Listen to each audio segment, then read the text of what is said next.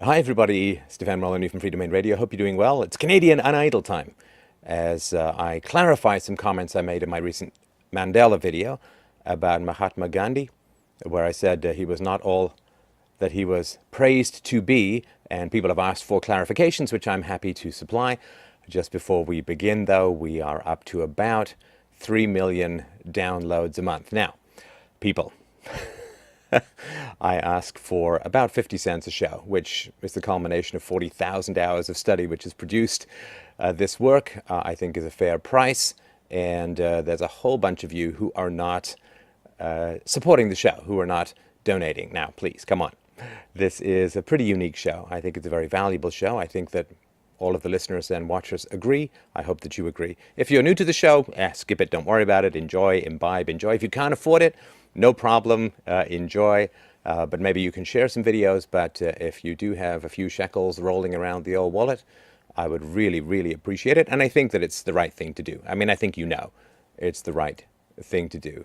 Honesty, integrity, generosity, a recognition that there's no such thing as a free lunch is very important. It helps make me more enthusiastic. And of course, now we're doing a lot of work which involves travel, and I have a full-time employee, so money doesn't grow on trees. It is really your support that keeps this show ad-free and at the high level of quality that I think you've come to expect. So please, please, do the right thing. You know what the right thing to do is. Go to fdrurl.com and sign up for a subscription, 50 cents a day, whatever it's going to be, or a one-time donation. We take Bitcoins, Litecoins, and so on.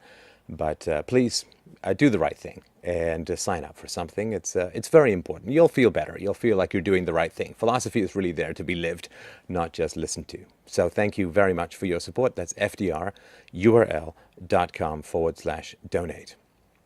So, Gandhi. Before I start, let me tell you why I think this is important.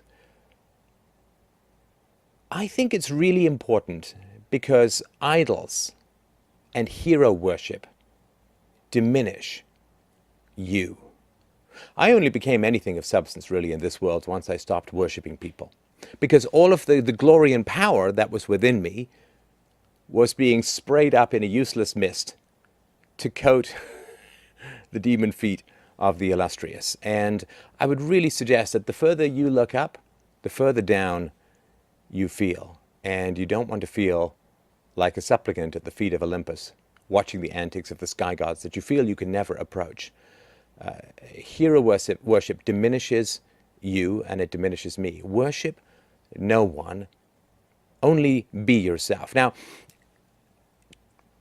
talent is a kind of cancer. It's a weird kind of growth that eclipses a lot of other things. You see somebody who's really great at something, hockey, singing, songwriting, anything. And what you're seeing is the scintillating bright side of talent or of ability or of glory or something like that. What you're not seeing is everything that they haven't done because they've been doing that. Right? So Wayne Gretzky is really great at hockey. I don't know, 50,000 hours worth of hockey, but that's 50,000 hours worth of not studying philosophy or learning to play the violin or becoming a good cook or a well-rounded human being, so to speak. And so you see a very concentrated laser-like diamond light coming from talent, and it can tend to eclipse everything else. Beauty does this, power does this as well. It tends to eclipse everything else. So I strongly, strongly urge you to retain your power by avoiding hero worship. Hero worship is also extremely toxic to the recipient. There's an interesting paradox about we mammals, right? Which is that we desperately want to surmount limitations. We desperately want things to become easier. We do not want to be bounded by restraints. And that's great. That's one of the reasons we don't live in caves anymore, is we wanted to make things easier, so we have lighters instead of having to rub two sticks together. So we wish to surmount restraints, but it is exceedingly dangerous for us to have no restraints within our lives. And when people worship us, what they're doing, what they're basically saying is, you can do no wrong. You are fantastic. You are the very best. You are glorious no matter what. I worship you. We're not worthy, as the old Mike Myers bit used to go. It's very dangerous. It's very dangerous for the recipient. It is a form of passive aggression. It is a way of humbling yourself and making your idols into gods outside of reality. And to be outside of reality through the worship of others, to walk on the foamy bubbles of others' upturned eyeballs, is extremely dangerous for the personality. So it's great that we want to surmount limits. It's not great when we actually do. The striving is all. So I would be very careful when it comes to worshiping. Now, worshiping people in a political context is an abdication of your personal responsibility to make the world better. So if you believe that there's some witch doctor who can cure you of obesity or diabetes or lung cancer, then you're going to eat lots of sugar and smoke, because a witch doctor is going to come along and you're not that responsible for a miracle that's going to happen. In the same way that those old televangelists would be, hey, yo, then throwing people back in the audience while listening to their wife whisper into their ear what the ailments were. And this belief in witch doctory is an abdication of personal responsibility. Who's responsible for your health? You're responsible for your health. Who's responsible for your parenting? You're responsible. Who's responsible for your life, your career, your money? You are responsible for your life, your career, and your money, and your love, and your sex life, and all of that kind of stuff. You are 150% responsible for your life. And this idea that from some ethereal realm of human perfection that we can only dream of can come bungeeing in these magical heroes to save us, or to save the world, or to improve the world, is a pretty flaccid way to have power in the world, or rather to be powerless in the world. No one is coming to save you, as the psychologist Nathaniel Branden used to say. And no one is coming to save you. Nobody's coming to save the world. Nobody's coming to make it any better. Nobody's going to bungee in and make the world a wonderful place. No, Ron Paul's not going to do it. Newt Gingrich is not going to do it. Nancy Pelosi certainly isn't going to do it. And Obama sure as hell isn't doing it now. Right? Nothing. No one is going to come in. It's up to you to make the world better through your efforts. That's where the real risk and excitement and fear and reward and virtue, earned virtue, lies.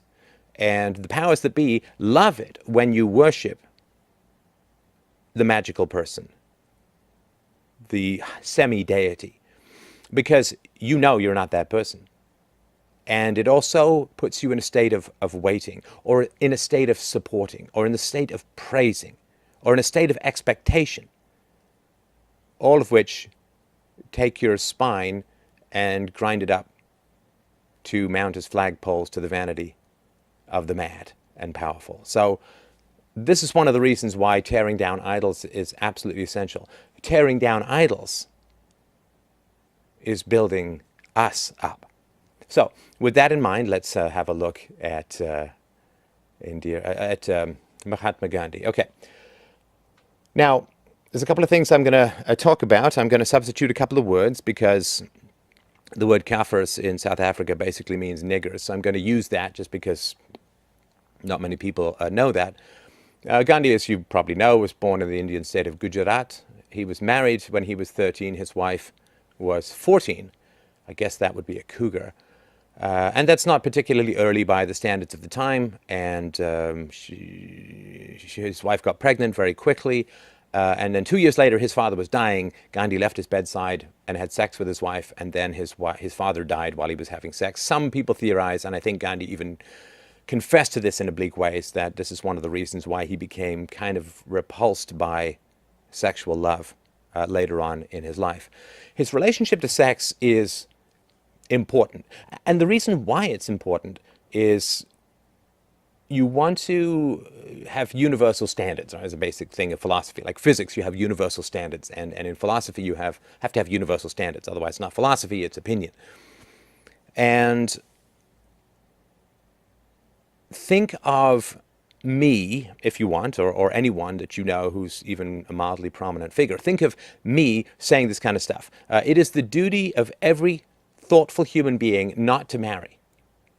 And in case you're helpless with regards to marriage, if you get an arranged marriage, you have to abstain from sexual intercourse with your wife. Right? I put out a podcast about that. And then you find out that up here in the Free Domain Radio underground bunker compound in Ontario, I have set up these ashrams, these villages, where boys and girls bathe and sleep together naked but chastely, and they're punished for any sexual talk in my compound.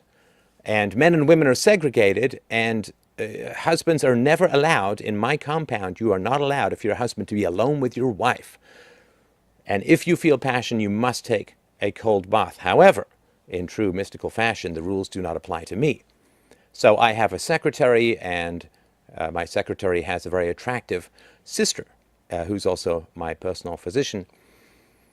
And she's been around since she was a girl, and she used to sleep and bathe with me. When people say that's kind of hypocritical, I say, no, no, no. While she's bathing, I keep my eyes tightly shut. I don't know whether she bathes naked or with her underwear on.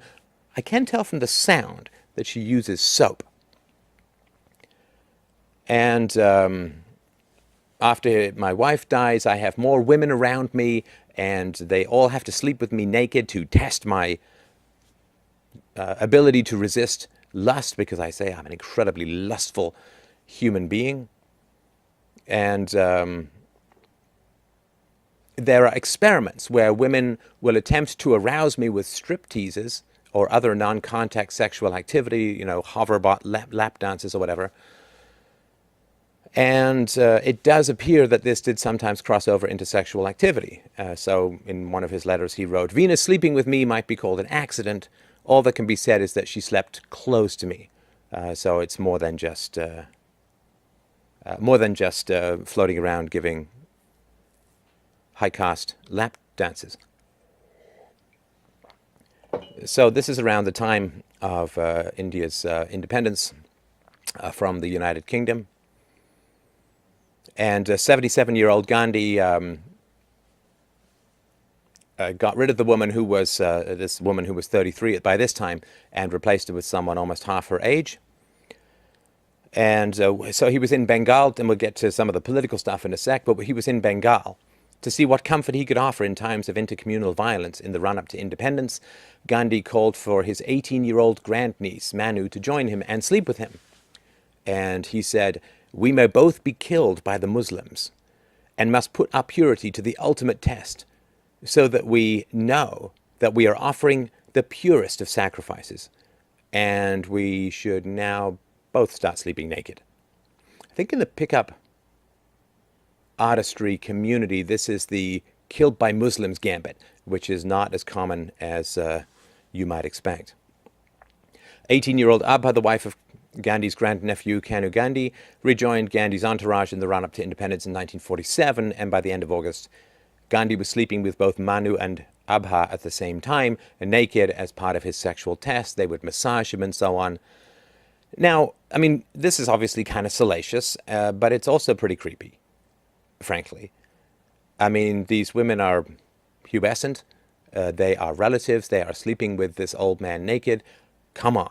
That's pretty gross. That's pretty creepy. That's half incest, statutory rape. I mean, you name it. It's really pretty nasty stuff. And this was, at the time, followers left him, and his other secretary left him, and people were just appalled. And Nehru, who was the first prime minister of India after independence, called these practices, creepy and bizarre and all that, perverse.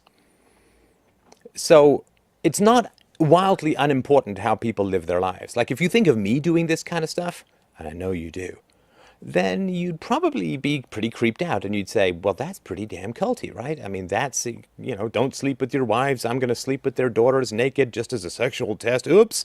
I mean, this is just nasty, creepy, run-of-the-mill, mystical crap, where the highest ideals are there for the basest of predations. So maybe you haven't heard much about that. I think that was in the Penthouse version of the Ben Kingsley movie. Anyway, I'll have to check. Now, let's look at some of the the history. Now, India was ruled by the British for about 150 years, and you don't usually hear much about what happened before the British came along. Kind of important. Like, you hear bad things about the Industrial Revolution because, well, because Charles Dickens had a really terrible relationship with his wife, was kind of a bastard, and therefore spent a lot of time in the shed writing.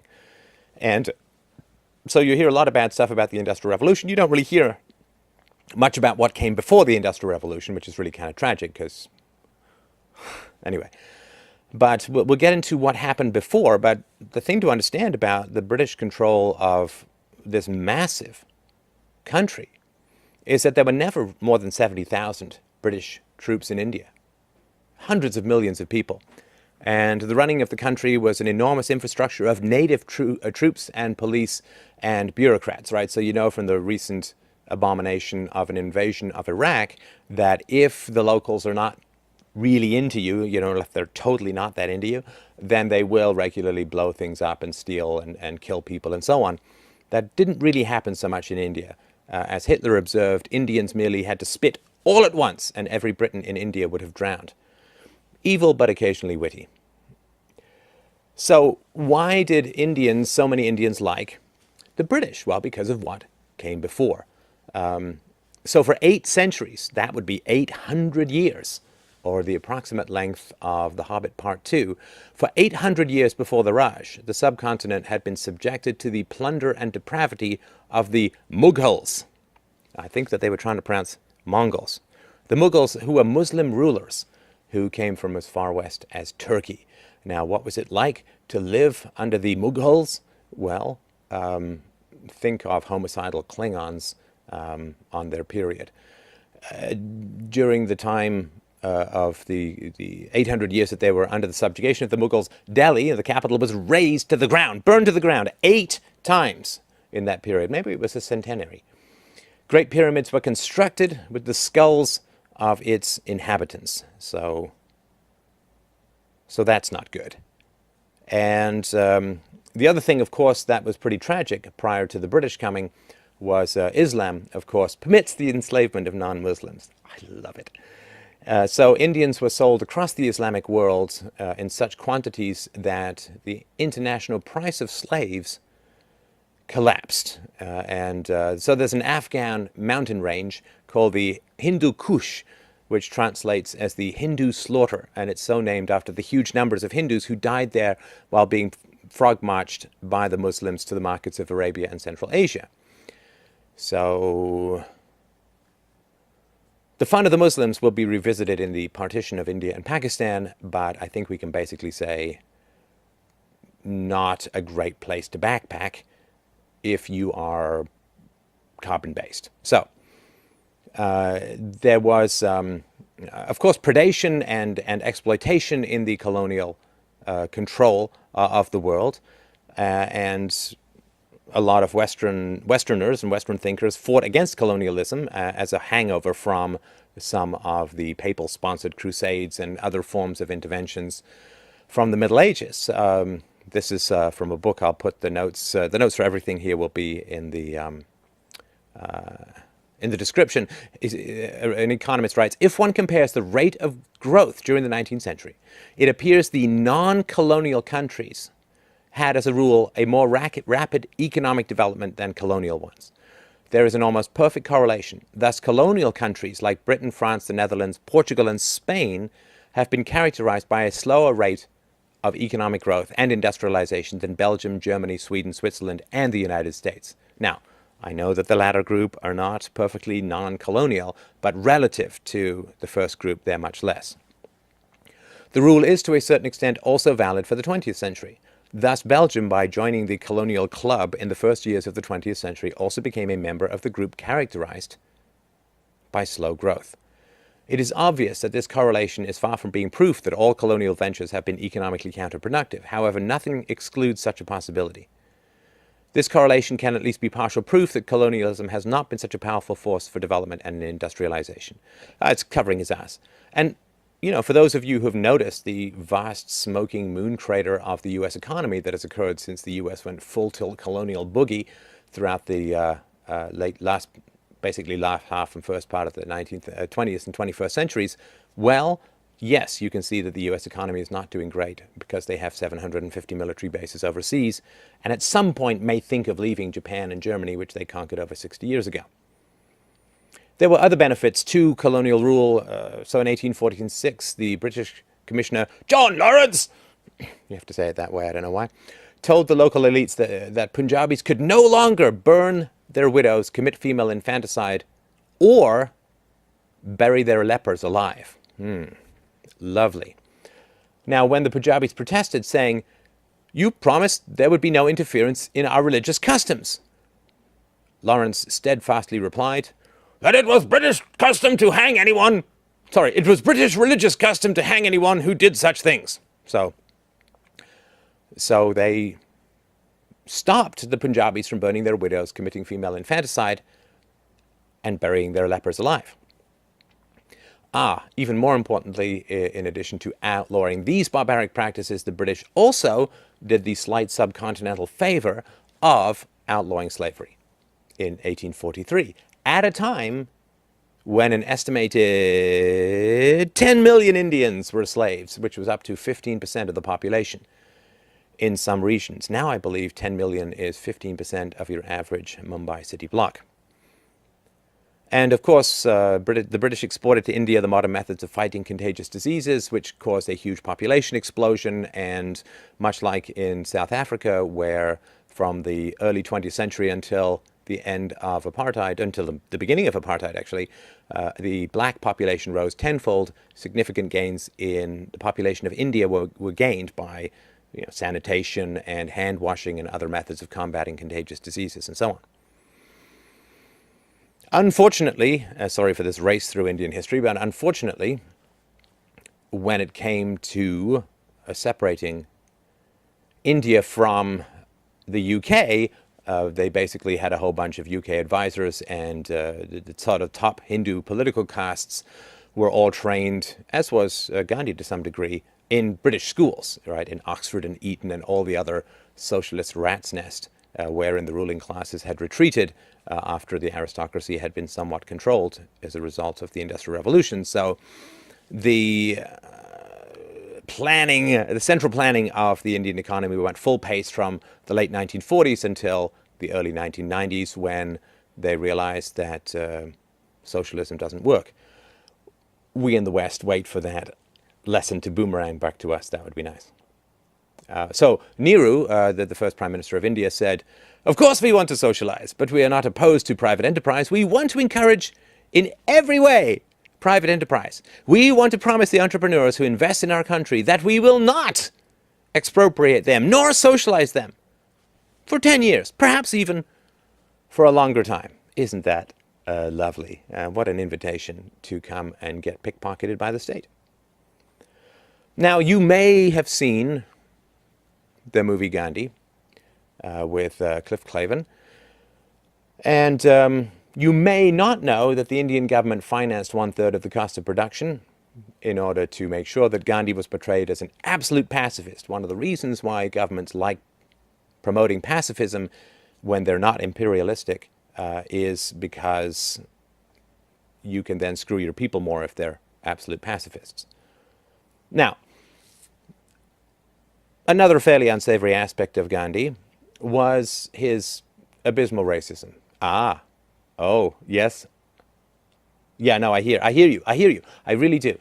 Cultural context at the time, blah, blah, blah. But if you're going to consider the man to be a moral ideal, then you can't then say, but in his virulent racism, it's different. No, come on. I mean, if somebody is going to be a moral ideal, then they can't just be kind of a moral ideal in one area and then really nasty in another area.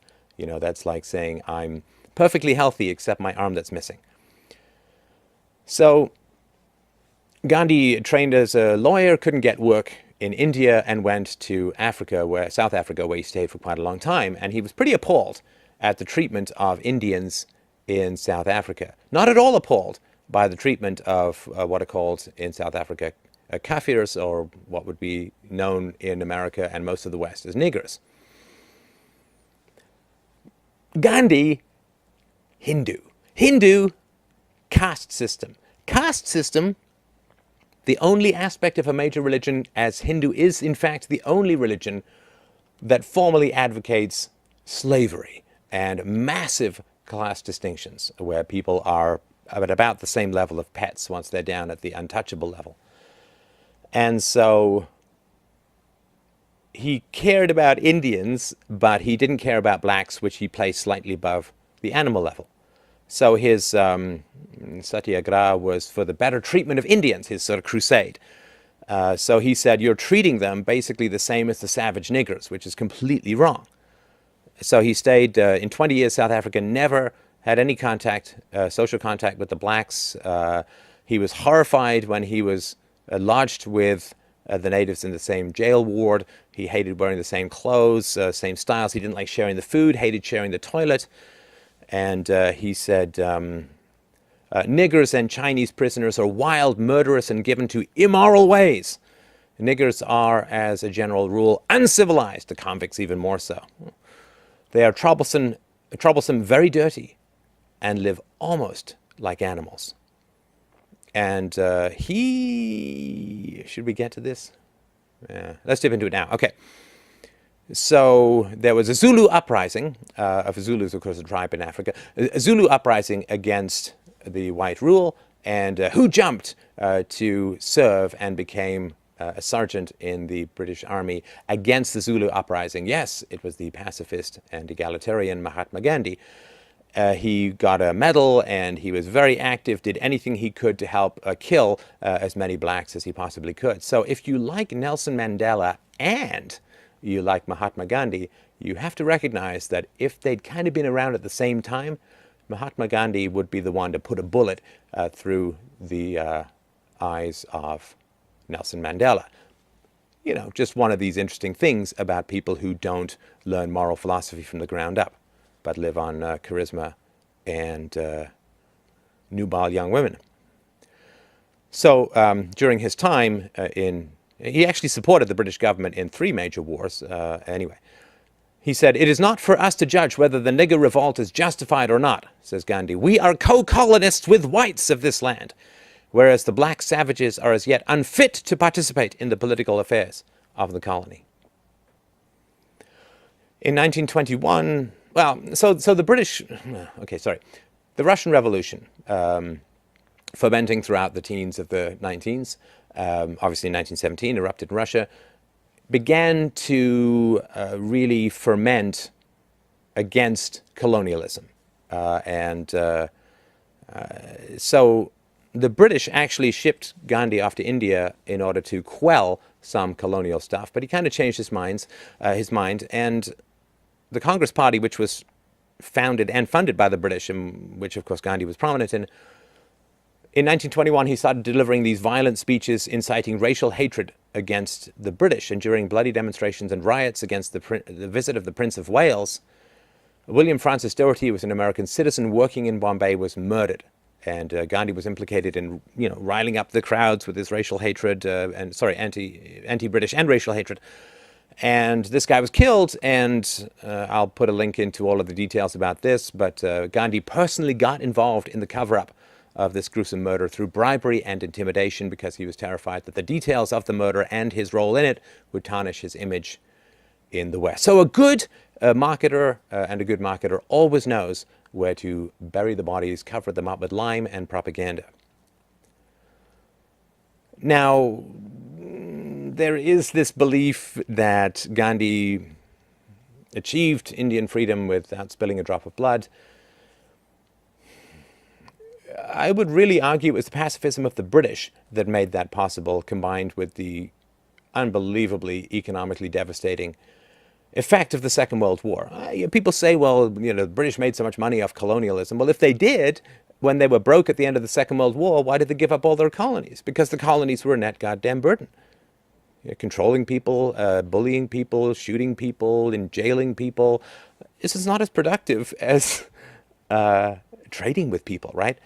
So the British were not big on shooting dissidents. As George Orwell wrote, "Where's the Gandhi in Russia?"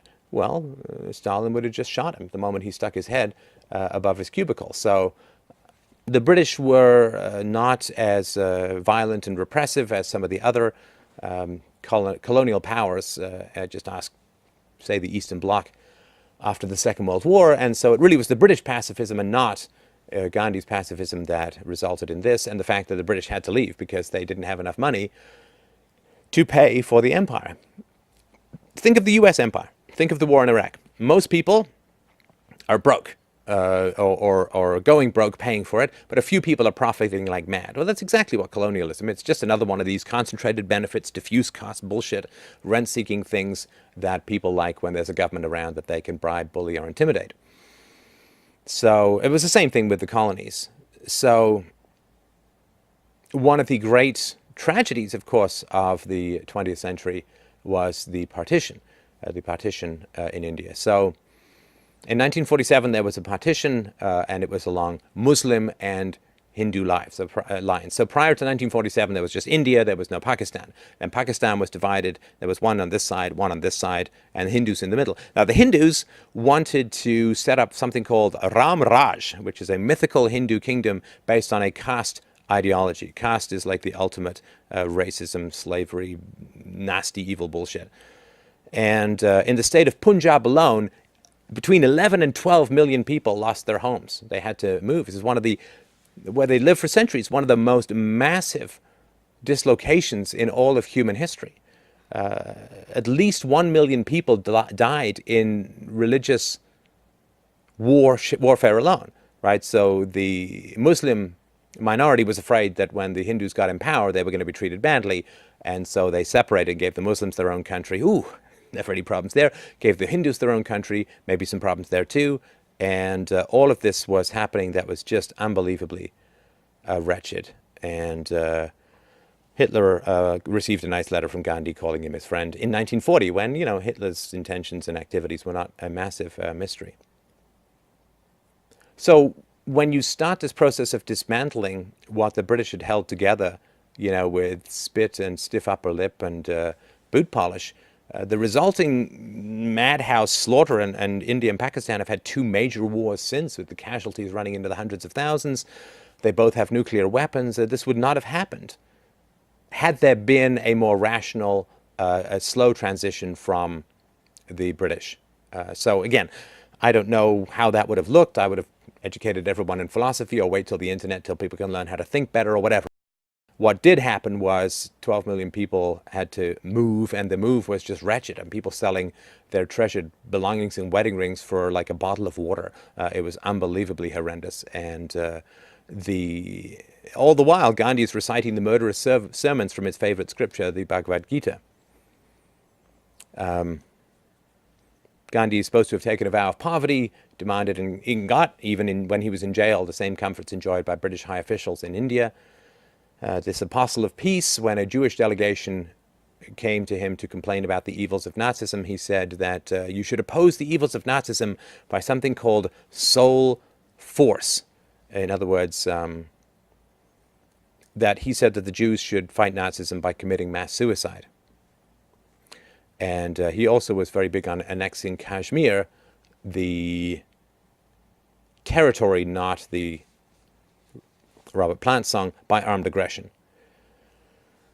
I can put some more of these staggeringly racist quotes in there. In 1931, say if this is earlier, well, maybe he changed his mind later. So in 1931, Gandhi fasted as a protest against a British proposal to grant a few basic rights to the untouchables, the Dalits, the lowest of the castes. So he's no friend of the lower classes. He fasted basically to maintain the slavery demanded by the Hindu religion.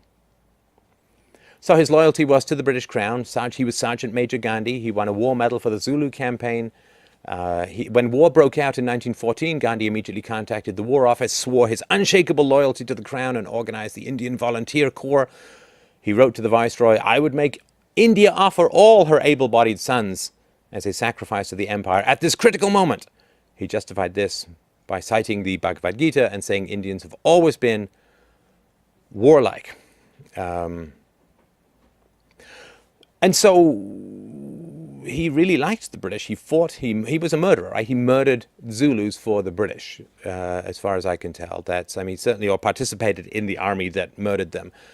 So, Churchill was a murderer, murdered the Boers in the Boer War of 1905, 1906. George Orwell was a murderer, murdered people in the Spanish Franco Civil War. And Gandhi was also a murderer. And I'm no expert in murder. As far as from what I've read of my Dostoevsky, murdering people, not so super great for your peace of mind. Tends to make you a little bit freaky. I played Macbeth when I was younger, and it's a pretty freaky play to do because, when you get into that mindset, a murder destroys the personality, destroys the empathy, destroys the integrity. And so a lot of the people who we think are really, really great are murderous. And there seems to be some strong evidence that Nelson Mandela was as well. Certainly his second wife was. His advice to the British in December 1941, as Hitler rules from the Channel to the Volga, he says the Jews should all commit suicide. And his advice to the British was, let them take possession of your beautiful islands with all your many beautiful buildings. You will give all these, but neither your souls nor your minds. Okay, so a little bit on the inconsistent side. His treatment of his family was truly horrible, and as a family man myself and as a stay-at-home dad, I judge people quite a bit by how they treat their families. So he had a son, Harilal. He wanted to go to college. He was interested in being a lawyer like his father was. Gandhi would not allow it, as he believed a Western-style education would not help in the struggle for Indian independence, despite the fact that Gandhi had a Western-style education and was deeply committed to the struggle for Indian independence. So his son wrote to him, "Dear father, in your laboratory of experiments, unfortunately, I am the one truth that has gone wrong." He also wrote of his father, talking to India, "He is the greatest father that you have," i.e. India, "but he is the one father I wish I did not have." Gandhi said his son Harilal was one of the greatest regrets of his life. Gandhi had banished his second son just for giving some money to Harilal. The boy was so uncared for, no one came to his bedside as he lay dying. Gandhi's relationship to women, there's some stuff I do like about the guy. I think some of his quotes are quite nice. He obviously looked pretty gentle and photogenic, like a spiritual garden gnome. And I like the fact that he was kind of an anarchist. I think that's some interesting... But, he's not a philosopher. He's not a philosopher. He's not reasoning from first principles. He's not building... So he's a witch doctor with regards to science. When it comes to ethics and philosophy, you got to reason this stuff from the beginning. Universalize your principles. Know your history, particularly the history of ethics. You've got to make your case. You got to really work at ethics before you start making, pronouncements. Fortune cookies are not physics. And he wrote some stuff about women that was nice. He once wrote of his wife, "I simply cannot bear to look at her face. The expression is often like that on the face of a meek cow, and gives one the feeling, as a cow occasionally does, that in her own dumb manner she is saying something." When his wife, he'd been married to her since she was 14, when his wife got pneumonia, Gandhi refused to get her penicillin and simply allowed her to die. Come on, it's the mother of your children. You might not like her, but throw her a drug or two. So, Gandhi proclaimed the British Empire was for the welfare of the whole world, and he accepted the superiority and predominance of the white race.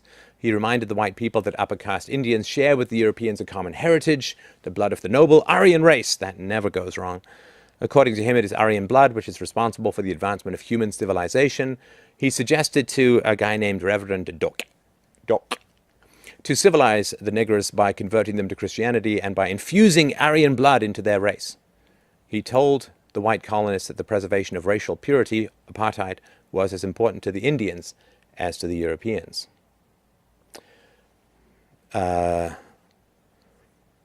He did accept birth control for women for a short period, but he was once asked if he would advocate birth control in cases where the health of the mother might be at risk. No, he said one exception will lead to another, till it finally becomes a general exception. He said, my special function from childhood, you might say, has been to make a woman realize her dignity, but he denied them basic necessities like birth control and pain relief in childbirth and so on. A big opponent of sex for pleasure.